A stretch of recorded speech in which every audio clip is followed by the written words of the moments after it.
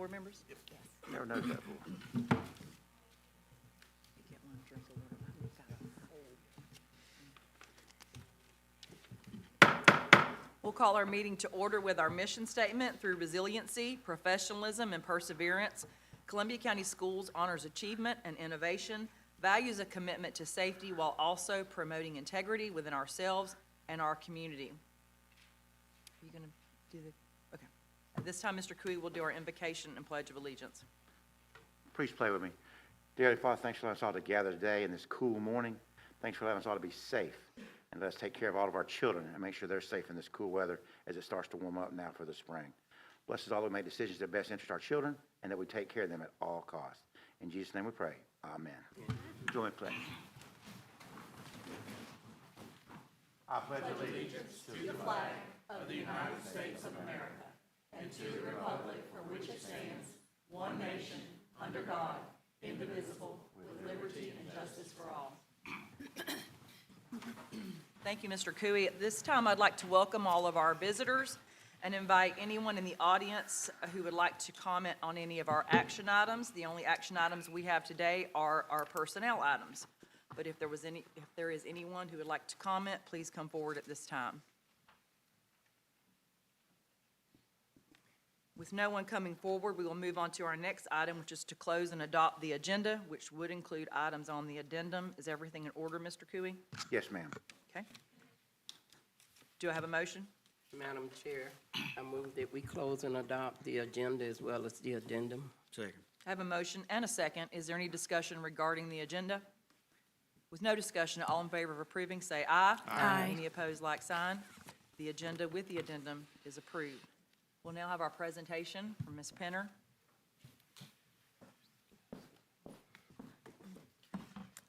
Good morning.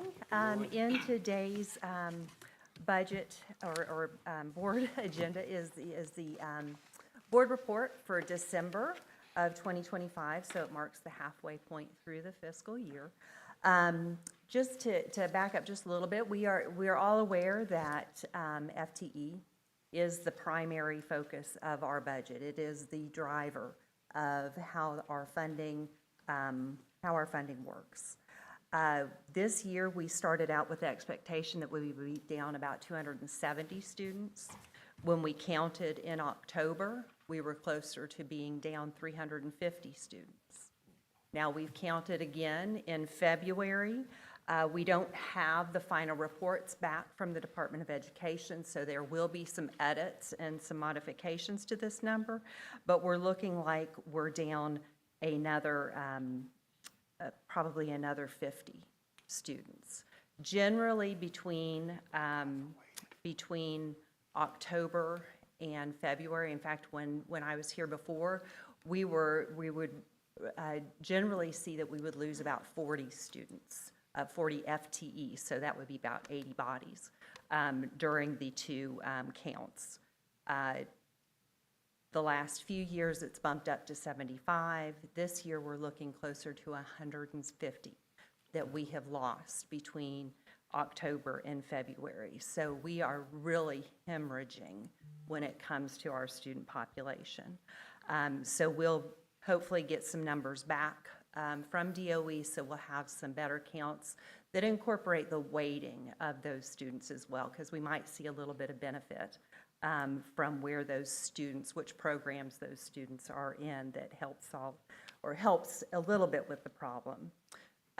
Just we talked last time, we've already done the forecast for the 26-27 year, and that had us being down next year another 414 students. However, that would have been based on the preliminary October count, which means it would have anticipated your normal trend of loss from October to February. So that 414 is probably a low number, which is unfortunate because, again, we're losing a small school every year, and it's a lot to try to combat as we're building budgets. For the 25-26 year, we are very fortunate. We've done a lot of things to mitigate the loss in revenue that accompanies the loss of those students. We budgeted $675,000 to transfer in from our capital projects to fund our maintenance workers. While we're very fortunate that we're not one of the districts that does this frequently, we do need to be very cautious, because as we lose or obligate those capital dollars for things that are not roofing projects and HVAC renovations or repairs, we get ourselves in a bad situation in that when things start to break, we don't necessarily have the funds to fix them, and that gets difficult when that maintenance continues to be deferred. We're not filling positions for the most part as folks leave. So that helps twofold in that it's gonna help with this budget where, again, we're losing dollars as the year progresses. But it also sets us up to be in a much better position next year as we do try to consolidate some schools and we see more loss in our funding. Just a high level, the things that we would love to see most of our dollars get reduced. Our utilities are down from this time last year, but not as much as we would hope. We would hope that with 2 sites being closed, that we would see a lot larger decrease. We've only seen about $8,000 in decrease through December in our electricity bill, which is less than 1%, so not very significant at all. Again, diesel is down. I think that there was something last year, there was some timing difference, so it may be down more than this. It's down about $3,500 is all through this time last year, which again is less than 2%. So we're not seeing the savings in some of those that we would really hope to help with our budget. Unfortunately as well, we're seeing certain utilities go up, such as water and trash pickup. So, we try to save dollars by utilizing some of these things less, by again, shutting down facilities and, again, hoping to reduce kilowatt hours used and things like that. But I think what we're seeing as well is the cost per item. So it's just simply the inflation that is causing us issues to where we're not seeing the decrease that we would hope to see. Just wanted to mention as well, I think we're all reading the newspapers. We're seeing that this is not just us. It's not just Florida. It's other states as well. We're very hopeful that a lot of the FTE decline is sort of the bubble, because the kids that came in this year were your COVID babies. So they were conceived, I should say, not necessarily COVID babies, but that was when they would have been conceived. So we would have been, or when they would have been born. And probably folks were a little concerned about what the world looked like, so they were likely not to be making some of those life choices. So we're hoping some of that will come back, and we'll see some of those kindergartners come in the next couple of years. We have 2 counties in the state of Florida that are upside down. They're not just below 3% and filing with the Department of Education that they are in financial emergency. They truly do not have money in the bank. The one closest to us likely will run out of cash in April. So when it comes time to write those checks for teachers, the multiple checks at the end of the year, none of us know what they're going to do. We've had some discussions, other finance officers throughout the state and Department of Education just sort of shrugs their shoulders. You do see that the Senate has in the General Appropriations Act, they have dollars for, it's both Union and Glades County that are in this position, but the House, I don't think, does yet. But still, that's a one-time influx of cash when our issue is, just like I said, when you try to make reductions, you've got other factors that are really causing you not to be able to get sort of the bang for some of those decisions that you've made. We're also seeing some of the larger, wealthier counties possibly having some issues. We've seen one county who tends to be very solvent that has declared a financial emergency with their union so that they can go back and renegotiate some language that is costly. So we'll see how that plays out. And just, of course, the largest district in the state, one of the largest in the country, Miami, is anticipating that they're going to fall below 3%. So when you look at the dollars that the Senate has put in for our smaller counties, given them each $2 million to try to pump up and get them back on their feet, that would be a very, very different line item if it was Miami that got into that sort of scenario where they weren't able to make their payroll. So not good news moving forward. We're just looking to see what we can do, again, so that we start out next year. My hope is that we start out next year and we don't continue to see this bad news every time we count kids or every time something comes back to the board. But again, that's my report for December. Do we have any questions? Madam Chair, I might need to refer to someone else in addition to your report, but when you say that we are losing students, and I know that's dollars, that means dollars, do we have any idea, or have we done some kind of survey to see where we are losing the bulk of our students? Are they elementary or secondary students? Are they elementary, middle, or high school students? Where are we losing the bulk of our children? Is there anyone who can give the board that kind of information? And the reason why I'm asking that is that might drive our marketing for trying to get those students back. I know we won't get them all back, but some way that we can get them back. I know that at the high school level, the high school life is so different than any other school in this area could offer, and that's something that a lot of young people love, is the high school life. Or is it the middle school, or are we losing them at the elementary, or are we losing them as far as pre-K, or where are we losing them? That information I think will be productive for us to look at, evaluate, and determine the marketing strategy, because I know that we have to do something to stop the bleeding. I agree.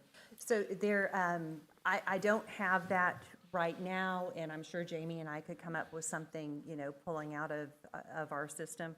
One thing, and I can send you this website, EDR, Florida's Economic Development Research. There are the demographers for the state of Florida has a really great website that allows you to look at the students within the county and compare brick and mortar versus, of course, it includes charter, but it would be brick and mortar versus virtual and your scholarship students. So you can sort of see where some of those numbers are, and then it projects it out. So that's good information. But I do have that data where I can get it and provide it to you. Thank you so much. Do we know where they're going? Do we know if it's more private, charter, or online, homeschool, whatever it may be? I don't think we have a big online presence as far as losing them to Florida Virtual School, other than I think some of the homeschool and the, some of your scholarships. So again, homeschool versus private school utilize Florida Virtual School. But it's not like it was, I think, when Florida Virtual School really ramped up and we were just losing kids directly to them. But it's definitely, we tend to have a much higher scholarship participation than other districts have. And it's been that way since we just had McKay scholarships. I can remember looking at McKay years and years ago, and we had the same number of dollars leaving our district as Collier County. It was just the C's, we were close by, so it just hit me. And we just have a much larger population doing that. I think there were maybe some folks with some private schools that caught on, and there was maybe, you talk about marketing, there was maybe some discussion, and we had more people take advantage of that opportunity again years ago, and it's just become more of a thing in Columbia County. So yeah, our scholarships are much higher than in other counties. Any other board members have questions? Thank you, Ms. Penner. Thank you.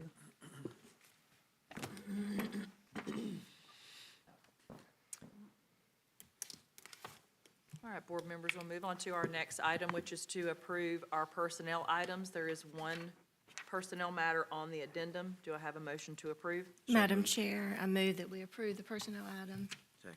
Have a motion, Ms. Hill, and a second by Mr. Hudson. Is there any discussion regarding the personnel items? With no discussion, all in favor of approving, say aye. Aye. Any opposed, like sign. Personnel items are approved. We'll now move on to our consent agenda. And again, there are some items on the addendum. Do I have a motion to approve the consent agenda? Madam Chair, I so move. Thank you. Second. Have a motion and a second. Is there any discussion regarding the consent agenda?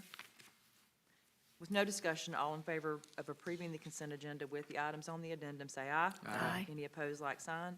Consent agenda is approved. We'll now move on to our comments. Is there any member of the audience who would like to address the board at this time? With no one moving forward, we will move on to our school board member comments. And I think last time I told Ms. Smith I would start with her. So I will. Oh, thank you so much. We just thank you so much, Ms. Penner, for taking the time to present to us and provide the information. It is always very informative. Kind of bleak, but it's informative. Thank you so much. And I'm thankful to see all of you out in this weather. I know that you were excited to come see us today, so thank you all for coming. Thank you, Ms. Nobody is smiling, but okay. Mr. Hudson. You all came out to hear all the good news, right? No, I don't have anything. Oh, thank you. Ms. Logan? Nothing for me. Mr. Keeler? Yeah, it's always good to see our principals and directors. Ms. Penner, thank you. I know it's not always good news, but I will say, maybe we, and Mr. Cooey, I will say that, I don't know if we need to go into marketing or what we need to do, but I think maybe at the point, and this may be unpopular with some people in the county, but I think at a certain point, instead of worrying about Belmont, worrying about private schools, we have to combat against them. And I hate to say it that way, but if that's what's sucking up all our students, we need to figure out a way to fight against that so we keep them and they're not taking them, and figure out what is it happening that's pulling them away from us, that we pull them back. So. Ms. Hill? Thank you, Ms. Penner, for that informative report. Not good news, but news that we needed to hear. Thank you for all the principals and directors for being here. We appreciate you and the job that you're doing. I know that sometimes we focus on things that we cannot control, but I think it's important for us to remember to focus on things that we can control and to continue to uplift our teachers, to encourage our teachers, and keep that laser-like focus on keeping kids safe and delivering a quality education. And but I do think that the marketing idea, I think that we definitely need to market ourselves, because in my mind, we deliver the best product of anybody else in our district. So kudos to all of you. 3.5 weeks until spring break, a much-needed break. Hang on, enjoy your spring break. Thank you. Thank you, Ms. Hill. Mr. Cooey? No, I'm good today. And I don't think there's anything left to say other than thank you for all for being here. Ms. Penner, thank you, even though it's bad news, but we appreciate all that you do. And with that, we are adjourned. Thank you.